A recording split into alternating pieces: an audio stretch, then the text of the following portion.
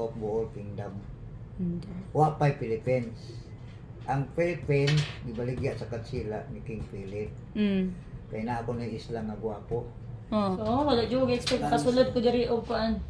Na ko main office. Main office na siya diri. Kay tungod sa among mga apo mami, gibarog na mo ang right sa tribo. Ikaw mo ay royal blood. Apo na ka sa Pero, Albaro. Moises, Kinsa gali na si Albaro, sir? ha? Kinsa na siya si Albaro? Alvaro Borges na ito pagbuaya is of Bohol Kingdom. Hindi. Wa pa'y Philippines. Ang Philippines, gibaligya sa katsila ni King Philip. Kaya na ako ng isla nga gwapo. Oh. Dahan ko ng gold. Mo, ito nga, nagira-gira din niya mga tribo. Batok, katsila. Pero ang katsila, primero nag-Portuguese ang kalaban sa mga tribo. Karon pag-away sa tribo sa katsila, mo to nga medyo nang kalitan ba nilaban sa kuan sa tribo din nadugay kay na kuha naman si Manuel Manuok, anak ni Dato Alvaro Bordios. Oo.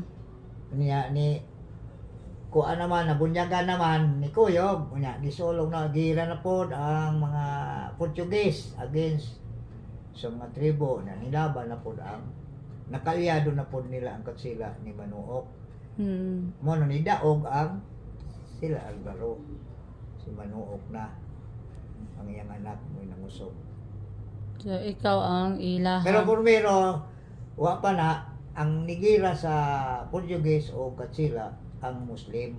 Ang gikan sa Borneo o sa gikan sa kuan Indonesia. Purot sila patay. Okay, namang kuno to anting-anting namatay man sila sa bala. Ang wa mag-ingon way anting-anting tao sa Ginoo. Buhi man. Mao man. Kay ang Muslim ni Ilo kay tungod lagi anang away karon sa Israel batok Hamas. Mao na. Ang nagpayat diha si David o si Goliath. Si David gamay. Dako ka si Goliath. Ang pintik raman nakamatay ni lambos raman kanang lambyong.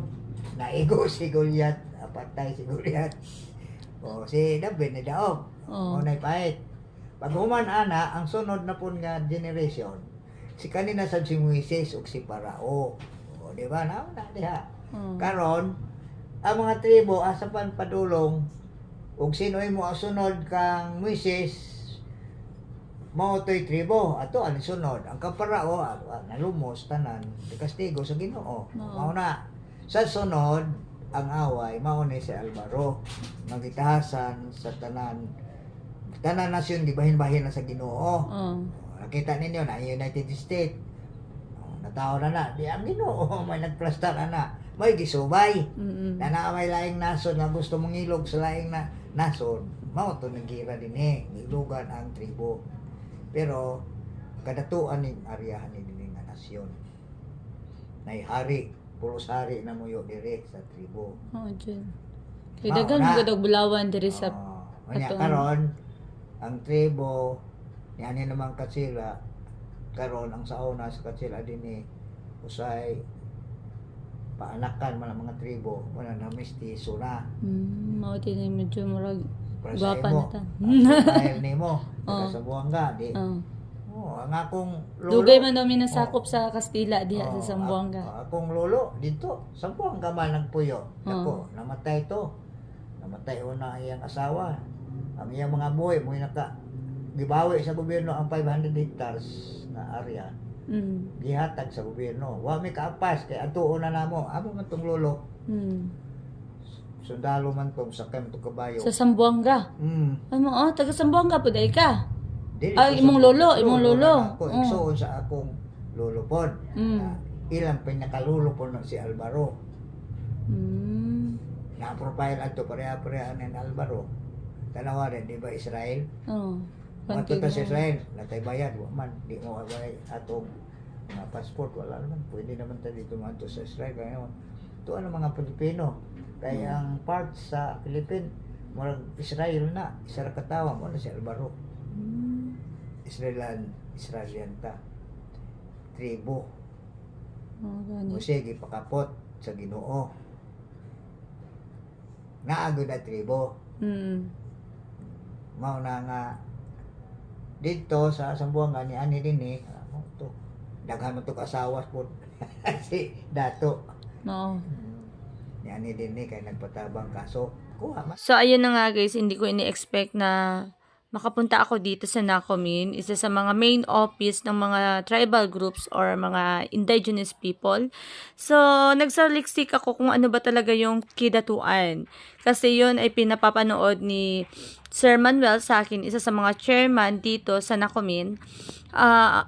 Ayon sa pagsaliksik ko guys, ang kidatuan ay isang konsepto ng pamahalaan o sistema ng pamamahala na naging bahagi ng kasaysayan ng mga sinaunang kaharian sa Pilipinas. Ang salitang kidatuan ay mula sa wikang mga Bisaya at tumutukoy ito sa mga pamahalaan o kaharian ng mga Bisaya at iba pang katutubong pangkat sa bansa. Narito ang mga mahalagang aspeto ng kasaysayan ng kidatuan. Una, sistema ng pamahalaan. Ang kidatuan ay isang sistema ng pamahalaan kung saan ang isang dato o leader ay namumuno sa isang teritoryo o kaharian. Ang dato ay pinamunuan ang kanyang mga nasasakupan at may mga sabdito o mamamayan na sumusunod sa kanyang otoridad. Pangalawa, pamumuhay. Ang mga kaharian ng kidatuan ay nagpapakita ng masaganang pamumuhay sa mga panahon ng mga sinaunang Pilipino. Sila ay mga magagaling na mangangalakal, mangingisda at mangbubukid. Nagkakaroon ng mga istruktura tulad ng mga bahay, tisa, mga templo at mga palayok. At ang pangatlo, relihiyon. Ang mga sinaunang Bisaya ay may mga sariling pananampalataya at mga ritual na may kaugnayan sa kalikasan. Ang kidatuan ay naglalaman ng mga relihiyosong ritual, kulto sa mga espiritu at mga seremonya para sa mga unit at deidades ng kalikasan. Pang-apat, komunidad at kultura.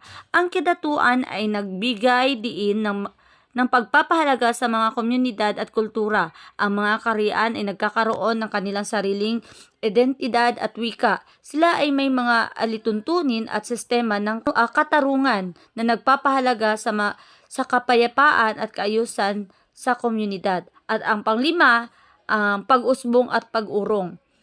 Ang kidatuan ay nagbago sa paglipas ng panahon sa pagdating ng mga dayuhang mananakop, partikular na ang mga Espanyol na nagdulot ng malalim na pagbabago sa lipunan at kultura ng mga katutubong Filipino.